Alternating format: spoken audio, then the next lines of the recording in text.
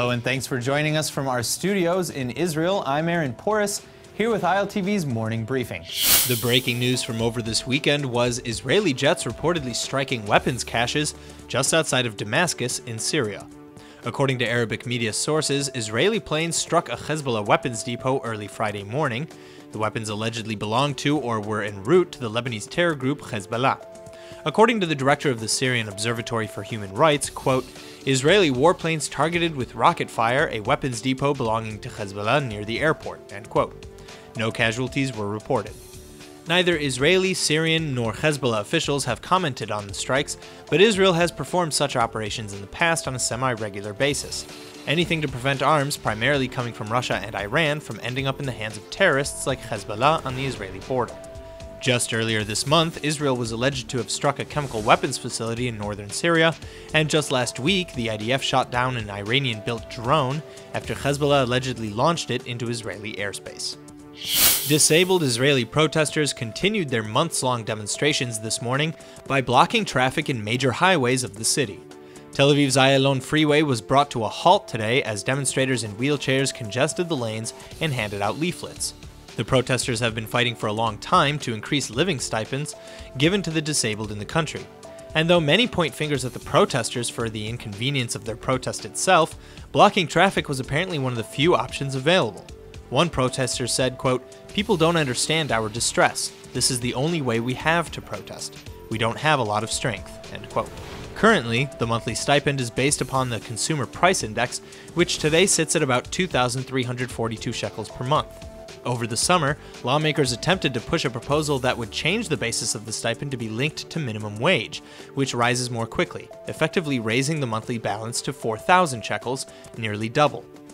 For argument and comparison's sake, the average monthly cost of rent alone in Tel Aviv sits at an estimated minimum of 3,600 shekels. So unfortunately, both for the protesters and for traffic, none of these changes are yet to be adopted. In a recent issue reported by the Energy Ministry, a crack on Israel's natural gas rig off the coast of Ashkelon could leave thousands with long-term electricity shortages. Energy Minister Yuval Steinitz said, quote, "According to current expectations, the fault will be repaired later this week, but to be on the safe side, I've given instructions for us to be prepared for shortages over a longer period," end quote.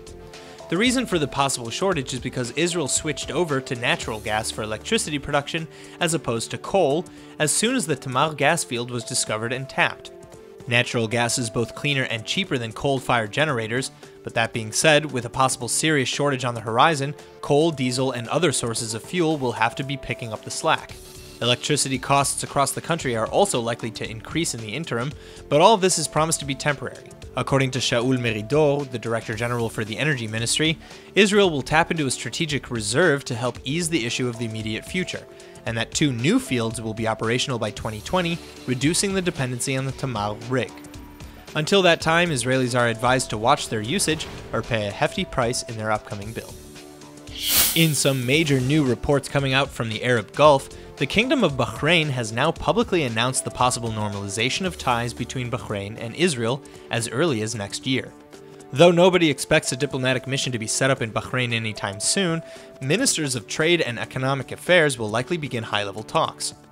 Though Bahrain, a majority Shiite Muslim country, has long supported anti-Israel ideologies, apparently mosques in the kingdom have already been instructed to stop anti-Israel rhetoric immediately. An unnamed official speaking with the Middle East Eye news agency said that Bahrain has started to understand the common enemy is Iran, and is willing to work towards peace with Israel to fight Iran off. The official further explained that, quote, "Israel does not threaten our security or conspire on us, but Iran certainly does," end quote. In fact, Bahrain is terrified of what Iran might do as hostilities rise. Iran has been long accused of setting up and supporting terror cells in the Gulf nation, and this is just the latest example of a slowly strengthening relationship between Bahrain and Israel. Israel was invited to a FIFA meeting in Bahrain earlier this year, and according to Israel's foreign ministry, the Bahraini king Hamid bin Isa al Khalifa has already denounced the Arab boycott against Israel, and has even confirmed that Bahraini citizens are now free to visit Israel. The latest arrest in the war on Israeli binary options and forex firms has just been confirmed.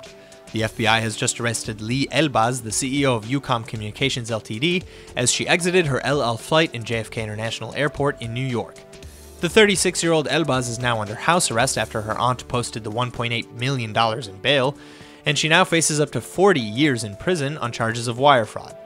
Ucom Communications operates BigOption.com and BinaryBook.com, binary option sites that have allegedly defrauded thousands of investors from all over the world, including the United States, out of millions and millions of dollars.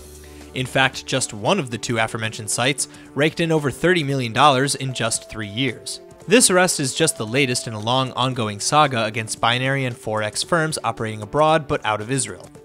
Israel has already outlawed these companies from targeting Israelis, but has been dragging its feet in protecting investors worldwide. All that is hopefully about to change, though. Israel's online trading industry, which is largely fraudulent, brings in an estimated $5 to $10 billion annually and has employed tens of thousands of people. But according to Likud's David Bitan, quote, "Our eyes have been opened. What we are seeing here is a massive organized criminal enterprise, and we are talking about criminals at various levels of crime organizations, up to the very top," end quote.